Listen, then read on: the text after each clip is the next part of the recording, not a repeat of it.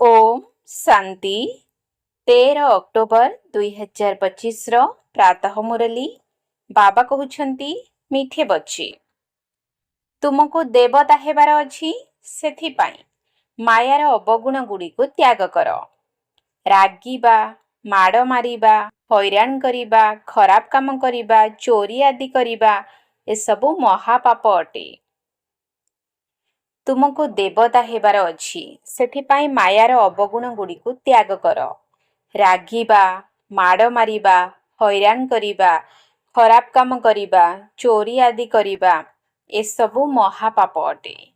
प्रश्न एही ज्ञान रे केउ संतान माने तीक्ष्ण होई परिबे केउ मानकर क्षति हेउछि। एही ज्ञान रे केउ संतान माने तीक्ष्ण होई परिबे केउ मानकर क्षति हेउछि।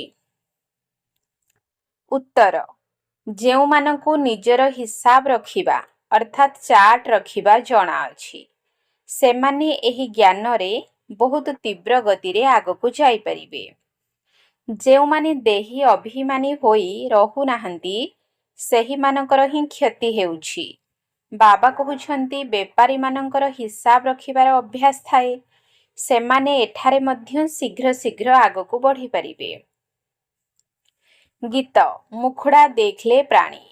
ओम शांति आत्मिक पाठधारी संतान मानकु बाबा बुझाउछंती काहिंकिना बेहद्र नाटक रे आत्मा ही पाठ करुछि।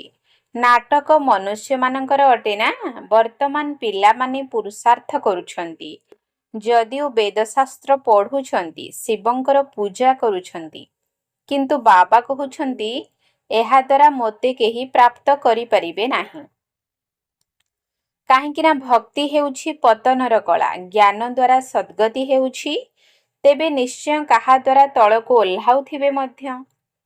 एहा एक खेल अटे एही खेल को केही भी जानि नाहंती। शिवलिंग को पूजा कले मध्य तांकु ब्रह्म कुहाजिब नाही तेबे से किए जहांकु पूजा करुछंती तांकु मध्य ईश्वर भावी पूजा करुछंती।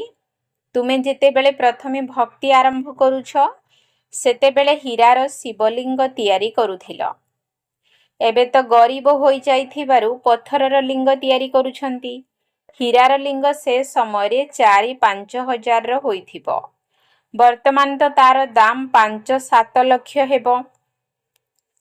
एपरी हीरा एबे बहुत मुश्किल रे बाहरुछि। पत्थर बुद्धि होई जाइछंती तेणु ज्ञान बिना पूजा मध्य पत्थरर करुछंती। ज्ञान थिबा समय रे तुमे पूजा करू नाह एबे चैतन्य रे सम्मुख रे अछंती एवं तांकु ही तुमे माने स्मरण करूछ। तुमे माने जानिछ जे स्मरण द्वारा विकर्म विनाश हेबो। गीतरे मध्य कहउछंती हे संतान माने आत्मा को प्राणी बोली कुहा जाउछि। प्राण बाहरी गले शरीर मुर्दार होई जाई थाए आत्मा बाहरी जाई थाए। आत्मा हेउछि अविनाशी। शरीर रे आत्मा प्रवेश करिबा परे चैतन्य हेउछि। बाबा कहउछंती हे आत्मा माने निजको जांच कर मु केते दैवी गुणर धारणा करिछि कोनसी विकार नाही तो चोरी आदिर कोनसी आसुरी गुण तो मो भितरे नाही ना। आसुरी कर्म कले पुणी तळकु खसी जीव एते उच्च पद पाई परिबो नाही तेणु खराब अभ्यास को छाड़िबा जरूरी अटे। देवता माने केबे काहा उपरे क्रोध करि न थांती। एठारे असुर मानक द्वारा केते माड़ खाउछंती काहिंकिना तुमे दैवी संप्रदायर हेबाकु जाउछ तेणु माया केते शत्रु होई जाउछि। मायार अवगुण काम करुछि। मारिबा हैरान करिबा खराब काम करिबा ए सबु पाप अटे। तुम पिला मानकु तो बहुत शुद्ध रहिबाकु हेबो। चोरी आदि करिबा तो बड़ पाप अटे। बाबांक सहित तुमे प्रतिज्ञा करि आसिछ बाबा मोर तो केवल आपण ही अछंती द्वितीय केही हेले नाहंती मु आपण को ही मने पकाइबी। भक्ति मार्ग रे जदिओ गायन करुछंती किंतु सेमानकु जणा नाही जे स्मरण द्वारा कोन हेउछि। सेमाने तो बाबांकु जानी ही नाहंती। गोटिए पार्श्वरे नाम रूपरु अलगा कही ଅନ୍ୟ ପାର୍ଶ୍ୱରେ ଲିଙ୍ଗର ପୂଜା କରୁଛନ୍ତି। ଏହି କଥାକୁ ତୁମକୁ ଭଲ ଭାବରେ ବୁଝି ପୁଣି ବୁଝାଇବା ଉଚିତ। ବାବା କହୁଛନ୍ତି ବିଚାର କର ଯେ ମହାନ ଆତ୍ମା କାହାକୁ କୁହାଯାଉଛି। ଶ୍ରୀକୃଷ୍ଣ, ଯିଏକି ଛୋଟ ପିଲା, ସ୍ୱର୍ଗର ରାଜକୁମାର, ସେ ମହାତ୍ମା ଅଟନ୍ତି। ଅଥବା ଆଜିକାଲିର କଳିଯୁଗୀ ମନୁଷ୍ୟ, ସେ ବିକାର ଦ୍ୱାରା ଜନ୍ମ ହେଉନାହାନ୍ତି ନା। ତାହା ନିର୍ବିକାରୀ। ଏହା ବିକାରୀ ଦୁନିଆ ଅଟେ। ନିର୍ବିକାରୀଙ୍କୁ ବହୁତ ଉପାଧି ଦିଆଯାଇପାରିବ। ବିକାରୀର ଉପାଧି କ'ଣ? ଏକମାତ୍ର ବାବା ହିଁ ଶ୍ରେଷ୍ଠାଚାରୀ କରାଉଛନ୍ତି। ସେ ସବୁଠାରୁ ଉଚ୍ଚ, ଆଉ ସବୁ ମନୁଷ୍ୟ ହେଉଛନ୍ତି ପାଠଧାରୀ। ତେଣୁ ପାଠ ନିଶ୍ଚୟ କରିବାକୁ ହିଁ ପଡ଼ିବ। ସତ୍ୟଯୁଗ ହେଲା ଶ୍ରେଷ୍ଠ ମନୁଷ୍ୟମାନଙ୍କ ଦୁନିଆ। ସେଠାରେ ଜୀବଜନ୍ତୁ ଆଦି ସବୁ ଶ୍ରେଷ୍ଠ ହେବେ। ସେଠାରେ ମାୟା ରାବଣ ହିଁ ରହିବ ନାହିଁ। ସତ୍ୟଯୁଗରେ ଏଭଳି କୌଣସି ତମୋଗୁଣୀ ଜୀବଜନ୍ତୁ ରହିବେ ନାହିଁ। ସତ୍ୟଯୁଗରେ ତ ବିକାରର ନାମ ହିଁ ନଥାଏ। ପୁଣି ସେଠାରେ କିପରି ପିଲା ଜନ୍ମ ହେବେ? ଏକଥା ତ ତୁମେ ପିଲାମାନେ ଜାଣିଛ। ସେଠାରେ ବିକାର ନଥାଏ। ତାହା ହେଉଛି ଯୋଗ ବଳ। ବାବା କହୁଛନ୍ତି ତୁମମାନଙ୍କୁ ଦେବତା କରୁଛି। ତେଣୁ ନିଜର ପୂରା ଯାଞ୍ଚ କର। ବିନା ପରିଶ୍ରମରେ ବିଶ୍ୱର ମାଲିକ କ'ଣ ହୋଇପାରିବ କି? ଯେପରି ତୁମର ଆତ୍ମା ବିନ୍ଦୁ, ସେହିପରି ବାବା ମଧ୍ୟ ବିନ୍ଦୁ ଅଟନ୍ତି। ଏଥିରେ ଦ୍ୱନ୍ଦ୍ୱର କୌଣସି କଥା ହିଁ ନାହିଁ। କେହି କେହି କହୁଛନ୍ତି ଆମେ ଦେଖିବୁ। ବାବା କହୁଛନ୍ତି ଦେଖିଲା ବାଲାଙ୍କର ତ ତୁମେ ବହୁତ ପୂଜା କରିଛ। ଫାଇଦା କିଛି ହେଲା ନାହିଁ। ଏବେ ଯଥାର୍ଥ ଭାବେ ମୁଁ ତୁମକୁ ବୁଝାଉଛି। ମୋ ଠାରେ ସମସ୍ତ ପାଠ ଭରି ରହିଛି। ମୁଁ ସୁପ୍ରିମ୍ ସୋଲ୍, ସୁପ୍ରିମ୍ ଫାଦର ଅଟେ ନା। କୌଣସି ବି ସନ୍ତାନ ନିଜର ଲୌକିକ ପିତାଙ୍କୁ ଏପରି କହିବେ ନାହିଁ। କେବଳ ଜଣକୁ ହିଁ ସୁପ୍ରିମ୍ ଫାଦର କୁହାଯାଉଛି। ସନ୍ନ୍ୟାସୀମାନଙ୍କର ତ ସନ୍ତାନ ନାହାନ୍ତି, ଯିଏକି ବାପା ବୋଲି କହିବେ। ଇଏ ସମସ୍ତ ଆତ୍ମାମାନଙ୍କର ପିତା, ଯିଏକି ବର୍ଷା ଦେଉଛନ୍ତି। ସେମାନଙ୍କର କୌଣସି ଗୃହସ୍ଥ ଆଶ୍ରମ ତ ନୁହେଁ। ବାବା ବସି ବୁଝାଉଛନ୍ତି ତୁମେ ହିଁ 84 ଜନ୍ମ ଭୋଗ କରିଛ। ପ୍ରଥମେ ପ୍ରଥମେ ତୁମେ ସତୋପ୍ରଧାନ ଥିଲ, ପୁଣି ତଳକୁ ଖସି ଆସିଛ। ଏବେ କ'ଣ କେହି ନିଜକୁ ସୁପ୍ରିମ୍ କହିପାରିବେ କି? ଏବେ ତ ନୀଚ ବୋଲି ଭାବୁଛନ୍ତି। ବାବା ବାରମ୍ବାର ବୁଝାଉଛନ୍ତି ମୂଳ କଥା ହେଉଛି ନିଜ ଭିତରକୁ ଦେଖ ଯେ ଆମ ପାଖରେ କୌଣସି ବିକାର ନାହିଁ ତ। ପ୍ରତିଦିନ ରାତିରେ ନିଜର ହିସାବ ବାହାର କର। ବ୍ୟାପାରୀମାନେ ସବୁବେଳେ ତାଙ୍କର ହିସାବ ନିକାଶ ବାହାର କରିଥାନ୍ତି। ସରକାରୀ କର୍ମଚାରୀ ହିସାବ ନିକାଶ ବାହାର କରିପାରିବେ ନାହିଁ। ତାଙ୍କୁ ତ ନିର୍ଦ୍ଧାର୍ଯ୍ୟ ଦରମା ମିଳିଥାଏ। ଏହି ଜ୍ଞାନ ମାର୍ଗରେ ମଧ୍ୟ ବ୍ୟାପାରୀମାନେ ବହୁତ ଆଗକୁ ଯାଉଛନ୍ତି। ପାଠୁଆ ଅଫିସରମାନେ ଏତେ ନୁହେଁ। ବ୍ୟାପାରରେ ତ ଆଜି 50 କାଲି 60 ରୋଜଗାର କରିବେ। କେବେ କେବେ କ୍ଷତି ମଧ୍ୟ ହୋଇଥାଏ। ସରକାରୀ ଚାକିରିଆଙ୍କର ଦରମା ନିର୍ଦ୍ଦିଷ୍ଟ ଥାଏ। ଏହି ରୋଜଗାରରେ ମଧ୍ୟ ଯଦି ଦେହୀ ଅଭିମାନୀ ନ ହେବେ, ତେବେ କ୍ଷତି ହୋଇଯିବ। ମାତାମାନେ ତ ବ୍ୟାପାର କରନ୍ତି ନାହିଁ। ତାଙ୍କ ପାଇଁ ତ ଆହୁରି ସହଜ। କନ୍ୟାମାନଙ୍କ ପାଇଁ ମଧ୍ୟ ସହଜ। କାହିଁକି ନା ମାତାମାନଙ୍କୁ ତ ସିଡ଼ି ଓହ୍ଲାଇବାକୁ ପଡ଼ୁଛି। ଯିଏ ଏତେ ପରିଶ୍ରମ କରୁଛନ୍ତି ତାଙ୍କର ସମର୍ପଣ କୁହାଯିବ। କନ୍ୟାମାନେ ତ ବିକାରରେ ହିଁ ଯାଇନାହାନ୍ତି। ପୁଣି ଛାଡ଼ିବେ କ'ଣ? ପୁରୁଷମାନଙ୍କୁ ତ ପରିଶ୍ରମ କରିବାକୁ ପଡ଼ୁଛି। ପରିବାର କୁଟୁମ୍ବର ପାଳନା କରିବାକୁ ପଡ଼ୁଛି। ଯେଉଁ ସିଡ଼ି ଚଢ଼ିଛନ୍ତି ସେଥିରୁ ଓହ୍ଲାଇବାକୁ ପଡ଼ୁଛି। ବାରମ୍ବାର ମାୟା ଚାପୁଡ଼ା ମାରି ତଳେ ପକାଇ ଦେଉଛି। ଏବେ ତୁମେ ବିକେ ହୋଇଛ। କୁମାରୀମାନେ ପବିତ୍ର ହିଁ ଥାଆନ୍ତି। ସବୁଠାରୁ ଅଧିକ ହେଉଛି ପତିଙ୍କ ପ୍ରେମ। ତୁମକୁ ତ ପତିମାନଙ୍କର ପତି ପରମାତ୍ମାଙ୍କୁ ମନେ ପକାଇବାକୁ ହେବ। ଅନ୍ୟ ସମସ୍ତଙ୍କୁ ଭୁଲିବାକୁ ହେବ। ପିତାଙ୍କର ପିଲାମାନଙ୍କ ପ୍ରତି ମୋହ ରହିଥାଏ। ଶିଶୁ ତ ହେଉଛନ୍ତି ଅଜ୍ଞ। ବିବାହ ପରେ ମୋହ ଆରମ୍ଭ ହୋଇଥାଏ। ପ୍ରଥମେ ସ୍ତ୍ରୀ ପ୍ରିୟ ଲାଗିଥାଏ। ପୁଣି ବିକାରରେ ଯିବା ପାଇଁ ସିଡ଼ି ଆରମ୍ଭ କରିଦେଇଥାନ୍ତି। କୁମାରୀମାନେ ନିର୍ବିକାରୀ, ତେଣୁ ସେମାନଙ୍କର ପୂଜା କରାଯାଇଥାଏ। ତୁମର ନାମ ବିକେ। ତୁମେ ମହିମା ଯୋଗ୍ୟ ହୋଇ ପୁଣି ପୂଜା ଯୋଗ୍ୟ ହେଉଛ। ବାବା ତୁମର ଶିକ୍ଷକ ମଧ୍ୟ ଅଟନ୍ତି। ତେଣୁ ତୁମ ପିଲାମାନଙ୍କର ନିଶା ରହିବା ଉଚିତ ଯେ ଆମେ ଈଶ୍ୱରୀୟ ବିଦ୍ୟାର୍ଥୀ ଅଟୁ। ତେବେ ଭଗବାନ ନିଶ୍ଚୟ ଭଗବାନ ଭଗବତୀ ହିଁ କରାଇବେ। କେବଳ ବୁଝାଯାଉଛି ଭଗବାନ ହେଉଛନ୍ତି ଜଣେ, ବାକି ସମସ୍ତେ ଭାଇ ଭାଇ, ଦ୍ୱିତୀୟ କୌଣସି ସମ୍ପର୍କ ନାହିଁ। ପ୍ରଜାପିତା ବ୍ରହ୍ମାଙ୍କ ଠାରୁ ରଚନା ହୋଇ ପୁଣି ବୃଦ୍ଧି ହେଉଛି। ଆତ୍ମାମାନଙ୍କର ବୃଦ୍ଧି ହେଉଛି ବୋଲି କୁହାଯିବ ନାହିଁ। ମନୁଷ୍ୟମାନଙ୍କର ବୃଦ୍ଧି ହେଉଛି। ଆତ୍ମାମାନଙ୍କର ତ ନିର୍ଦ୍ଦିଷ୍ଟ ସଂଖ୍ୟା ଅଛି। ବହୁତ ଆସୁଛନ୍ତି, ସେଠାରେ ଥିବା ପର୍ଯ୍ୟନ୍ତ ଆସିବାକୁ ଲାଗିବେ। ବୃକ୍ଷ ବଢ଼ି ଚାଲିବ। ଏପରି ନୁହେଁ ଯେ ଶୁଖିଯିବ। ଏହାର ତୁଳନା ବରଗଛ ସହିତ କରାଯାଉଛି, ଯାହାର ମୂଳ ନାହିଁ। ବାକି ସାରା ବୃକ୍ଷ ଛିଡ଼ା ହୋଇଛି। ତୁମର ମଧ୍ୟ ଏହିପରି ହେଉଛି। ମୂଳଦୁଆ ନାହିଁ, କେବଳ କିଛି ନା କିଛି ଚିହ୍ନ ରହିଛି। ବର୍ତ୍ତମାନ ପର୍ଯ୍ୟନ୍ତ ମଧ୍ୟ ମନ୍ଦିର ତିଆରି କରୁଛନ୍ତି। ମନୁଷ୍ୟମାନଙ୍କୁ କ'ଣ ଜଣାଅଛି କି ଯେ ଦେବତାମାନଙ୍କର ରାଜ୍ୟ କେବେ ଥିଲା, ପୁଣି କେଉଁ ଆଡ଼େ ଗଲା? ଏହି ଜ୍ଞାନ ତୁମ ବ୍ରାହ୍ମଣମାନଙ୍କ ପାଖରେ ରହିଛି। ମନୁଷ୍ୟମାନଙ୍କୁ ଏକଥା ଜଣା ନାହିଁ ଯେ ପରମାତ୍ମାଙ୍କ ସ୍ୱରୂପ ହେଉଛି ବିନ୍ଦୁ। ଗୀତାରେ ଅଖଣ୍ଡ ଜ୍ୟୋତି ସ୍ୱରୂପ ବୋଲି ଲେଖିଦେଇଛନ୍ତି। ପୂର୍ବରୁ ଭାବନା ଅନୁସାରେ ବହୁତଙ୍କୁ ସାକ୍ଷାତକାର ହେଉଥିଲା। ବହୁତ ଲାଲ ଲାଲ ହୋଇଯାଉଥିଲେ। ବାସ୍ ମୁଁ ସହନ କରିପାରୁ ନାହିଁ। ବାସ୍ତବରେ ତାହା ତ ସାକ୍ଷାତକାର ଥିଲା। ବାବା କହୁଛନ୍ତି ସାକ୍ଷାତକାର ଦ୍ୱାରା କୌଣସି କଲ୍ୟାଣ ହେବ ନାହିଁ। ଏଠାରେ ତ ମୁଖ୍ୟ ହେଉଛି ୟାଦର ଯାତ୍ରା। ଯେପରି ପାରଦ ଖସି ଚାଲିଥାଏ ନା, ସେହିପରି ବାବାଙ୍କର ସ୍ମୃତି ମଧ୍ୟ ଘଡ଼ି ଘଡ଼ି ଖସି ଯାଉଛି। କେତେ ଇଚ୍ଛା କରୁଛନ୍ତି ବାବାଙ୍କୁ ସ୍ମରଣ କରିବୁ, ପୁଣି ଅନ୍ୟ ସବୁ ଖିଆଲ ଆସିଯାଉଛି। ଏଥିରେ ହିଁ ତୁମର ରେସ୍ ହେଉଛି। ଏପରି ନୁହେଁ ଯେ ତୁରନ୍ତ ପାପ କଟିଯିବ। ଏଥିପାଇଁ ସମୟ ଲାଗିବ। କର୍ମାତୀତ ଅବସ୍ଥା ହୋଇଗଲେ ଏହି ଶରୀର ହିଁ ରହିବ ନାହିଁ। କିନ୍ତୁ ବର୍ତ୍ତମାନ କେହି କର୍ମାତୀତ ଅବସ୍ଥାକୁ ପ୍ରାପ୍ତ କରିପାରିବେ ନାହିଁ। ପୁଣି ତାଙ୍କୁ ସତ୍ୟଯୁଗୀ ଶରୀର ଆବଶ୍ୟକ।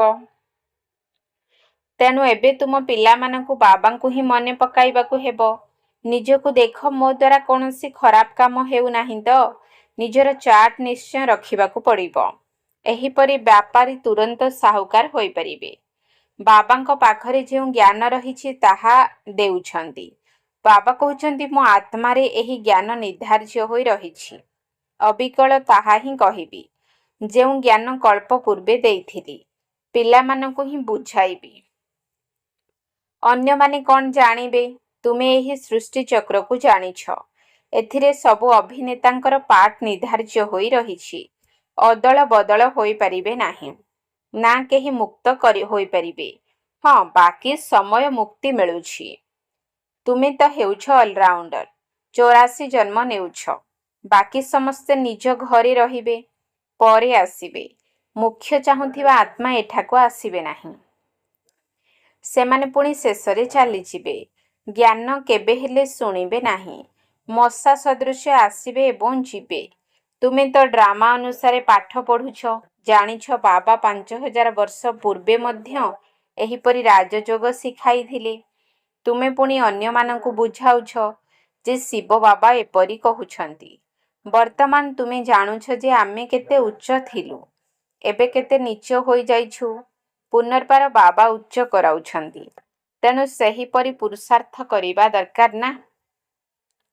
ତୁମେ ଏଠାକୁ ରିଫ୍ରେଶ ହେବାକୁ ଆସିଛ। ଏହାର ନାମ ହିଁ ମଧୁବନ ରଖାଯାଇଛି। ତୁମର କଲିକତା ଅଥବା ବମ୍ବେରେ କ'ଣ ମୁରଲି ଚଲାଉଛନ୍ତି କି? ମଧୁବନରେ ହିଁ ମୁରଲି ବାଜିଥାଏ।